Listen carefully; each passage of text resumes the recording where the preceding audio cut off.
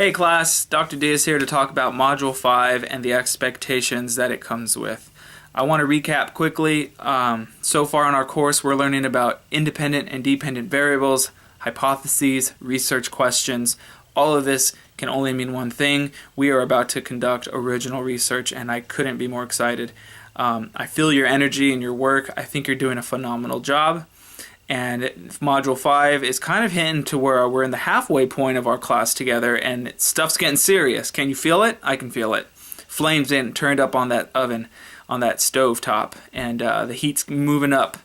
By now we should have a solid research question and hypothesis formed. It's okay if you need to tweak it, reword it. It's never going to be perfect. Just remember that, okay? But we should at least have a concrete idea of what we want to research, why, and what we think the outcome will be, and know our dependent and independent variables. Coming up on Module 5, we're going to be talking about experimental design and the importance of random assignment and why that is important to psychology using random assignment. It's going to be a fascinating insight as to the reason behind that. And the biggest piece of Module 5 is to understand that correlation does not equal causation. Okay, I'm going to say that again. Correlation does not equal causation. So just because our studies may have significance, it doesn't mean that is the absolute reason why. And I'm going to use a quick example. Coming back to my famous made-up study that I would want to do is, my research question is, does watching Dr. Diaz's online videos help increase grade point average in my class? My hypothesis is, I think it does. My independent and dependent variables. Well, the videos themselves, those are independent variables because nothing changes nor affects those videos. The dependent variable is whether the students watch those videos or not, and if their grade point changes, right? Because the grade point is dependent upon the treatment of watching the videos, which are independent. So, let's say my class goes, I have half the class watches them, half the class does not. Then at the end of it, I look and I see the grade point averages compared between the groups of those who watched, those who didn't. And I make my results. Now, let's just say my results come out that the students who watched the videos had higher grades. I cannot go out and say, guess what? When you watch the videos, you are guaranteed higher grades. No, that is assuming. And you know what they say about assuming? It's not always accurate. That's what they say. That is just a correlation. There's always a predictor, or there could be another variable as to why. What if all the students who watch the videos also don't work and they have more time to study, more time to watch the videos? Or what if all the students who watch the videos have internet and those who didn't watch them do not have internet? Sounds like there's more to the research, which is the bigger picture of the world and psychology, that you are never done conducting research. Research leads to more research. So I may want to say at the end of my study, further research is needed to look at the availability of internet and time in addition to watching videos. So it's just a correlation, it's not causation. Okay, talking a lot about Module 5. You're going to want to read the articles that are ungraded. Again, all of this is put into your course for a purpose. This is going to help you a lot as you work on your research study. So make sure you're reading the ungraded papers. I promise you, it's important and it's something you need to do. I'm recommending that you do it. Okay, so what are the expectations for Module 5? Well, your discussions are pretty much consistent across the class. You're going to want to be talking about psychological experiments, but the most important piece, make sure you're hitting those sources in your response posts and initial posts. Go deep, make it engaging, and contribute well. Whew, bless me, I had a sneeze. Whew. So make sure you're doing an in-depth job with your discussions. Let's get to the meat of this. you're going to want to know how to do your Module 5 short paper, The Importance of Random Assignment. So as always, I have the rubric. This time it's on my laptop, so if I'm looking over here, it's just checking the screen as I go through it. Saving a tree today, not printing out the rubric. But let's go over this, The Importance of Random Assignment rubric. Okay. As always, I go through the exemplary section.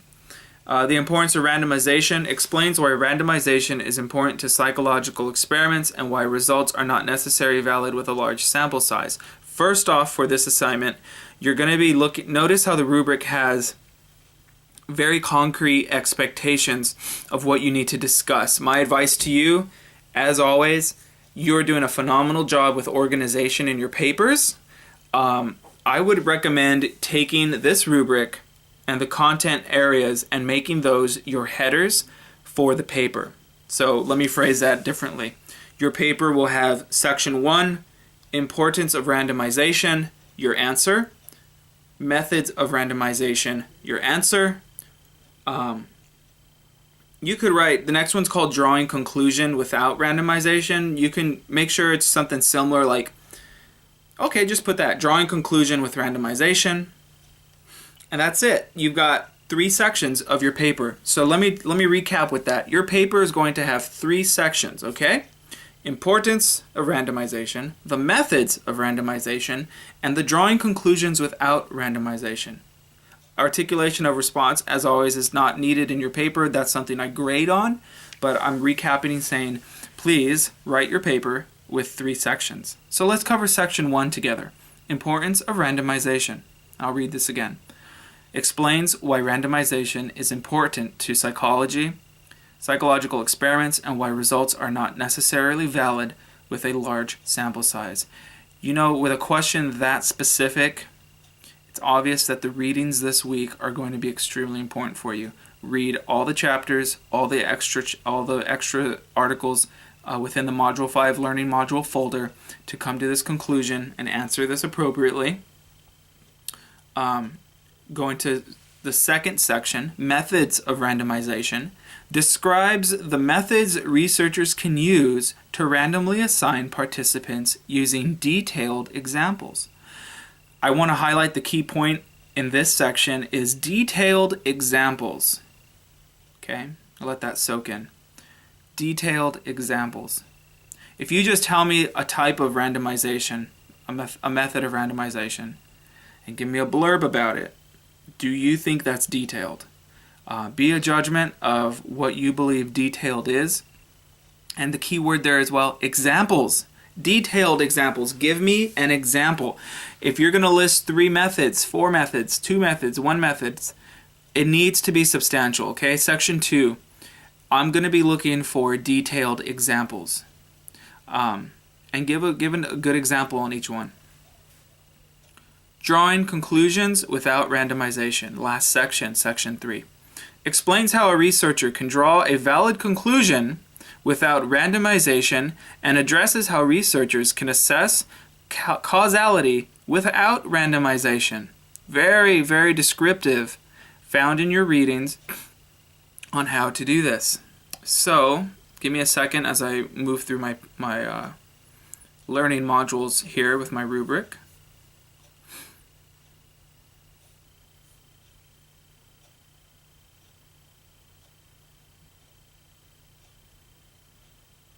Alright, sorry. Okay. So as you're explaining this, we went over sections 1, 2, and 3. The key points out of this rubric, you're going to have to, the words explain, okay? These are the hot words. Explaining, using detailed examples, explaining. That tells me that I'm going to want from you a well-written paper that has examples and it goes in depth. And class, all together now, what is the only way that you can go in depth in writing? That's right, by using sources, and many of them. You're in the research and graduate level research course. When I teach undergrads, I have them do sources. Graduate students got to put those sources in. The only way you can explain well and deep is using sources to support your claims and opinions. Without the sources, you're stating pure opinion because you have no source to back it up. So please, with a cherry on top, use all of your sources to support and explain randomizations, as well as provide excellent, amazing examples. Okay, so that, I hope, helps you out understand what I'm looking for in terms of Module 5's paper. Read over the directions, read your chapters, read your extra articles, take time to let this soak in. This is an important piece in our class. We're getting to the halfway mark. And as always, I thank you for watching, and I hope you guys are enjoying your day. Take care. Bye-bye.